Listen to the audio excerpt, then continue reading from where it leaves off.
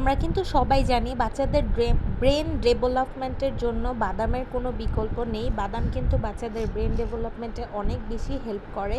তার মধ্যে হচ্ছে যদি পিনাট বাটারটা পিনাট বাদামটা বাচ্চাদেরকে একদম ছোট থেকে দেওয়া যায়, পিনাটটা এটা কিন্তু বাচ্চাদের ব্রেনের জন্য অনেক বেশি ভালো। তো আমি আমার বাচ্চাকে অলওয়েজই হচ্ছে এরকম বাদামকে ব্লেন্ড করে ফ্রিজে সংরক্ষণ করে খাওয়াই। তো আজকে আমি আপনাদেরকে যে প্রসেসটা দেখাবো, এই প্রসেসটা ফলো করলে আপনারা হচ্ছে একবারে বাদামটাকে সুন্দর করে প্রসেস করে ব্লেন্ড করে 1 মাস পর্যন্ত রেখে খাওয়াতে পারবেন।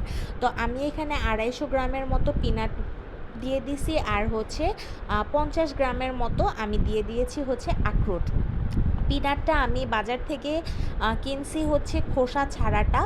আর মনে রাখবেন বাচ্চাদেরকে কখনোই কিন্তু খোসা সহ বাদাম দেয়া যাবে না, কারণ বাদামের যে বাদামি খোসাটা উপরের, এটা কিন্তু বাচ্চাদের জন্য খুবই ক্ষতিকর। এটা বাচ্চাদের হজম হয় না, যেটা হচ্ছে বাচ্চাদের কিডনিতে পাথরও কিন্তু করে ফেলে। তাই ডাক্তাররা সবসময় না করে যে খোসাটা দিতে।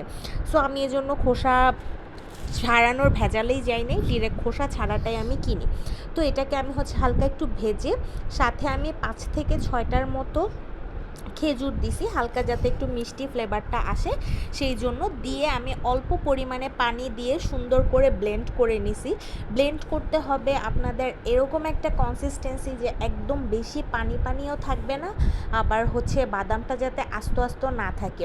এই বাদামটা আপনারা সুন্দর করে ফ্রিজে যদি রাখেন, কিউব কিউব করে কেটে বাচ্চাদেরকে সুজির মধ্যে দিয়ে খাওয়াতে পারবেন, তারপর খিচুড়ির মধ্যে দিয়ে খাওয়াতে পারবেন। অনেক বাচ্চারা হচ্ছে চকলেট বা আইসক্রিম পছন্দ করে, তাদেরকে আপনারা এরকম বাদামও দিতে পারবেন। আর অবশ্যই মনে রাখতে হবে বাদাম কিন্তু বাচ্চাকে কখনোই প্রথমে বেশি পরিমাণে দেওয়া যাবে না। আপনি প্রথমে 6 মান্থ থেকে আপনি দিতে পারবেন, কিন্তু বেটার হয় 8 মান্থ থেকে দিলে। প্রথমে আপনি একদম অল্প একটু নিয়ে দেখবেন যে আপনার বাচ্চা কি বাদামটা হজম করতে পারতেছে কিনা, কোনো প্রবলেম হচ্ছে কিনা।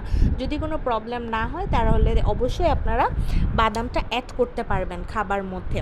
তো আমি এভাবে হচ্ছে 1 মাসের জন্য সুন্দর করে বাদামগুলা প্রসেস করে রেখে দিছি। আপনারাও চাইলে কিন্তু এই প্রসেসটা ফলো করতে পারেন।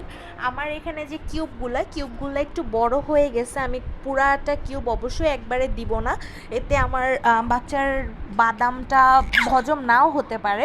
তো আমি হচ্ছে 3 দিনের জন্য 2টা কিউব ইউজ করব। মানে এই দুইটা কিউব থেকে একটু একটু করে রেখে আমি হচ্ছে 2টা কিউব 3 দিন খাওয়াবো। সো আপনারা আপনাদের মতো বুঝে আপনাদের বাচ্চাদেরকে দিতে পারবেন। আর আজকের এই ভিডিওটা যদি কারো উপকার আসে অ্যান্ড যদি কারো ভালো লাগে, অবশ্যই একটা লাইক, কমেন্ট অ্যান্ড শেয়ার করে দিবেন। Thanks for watching.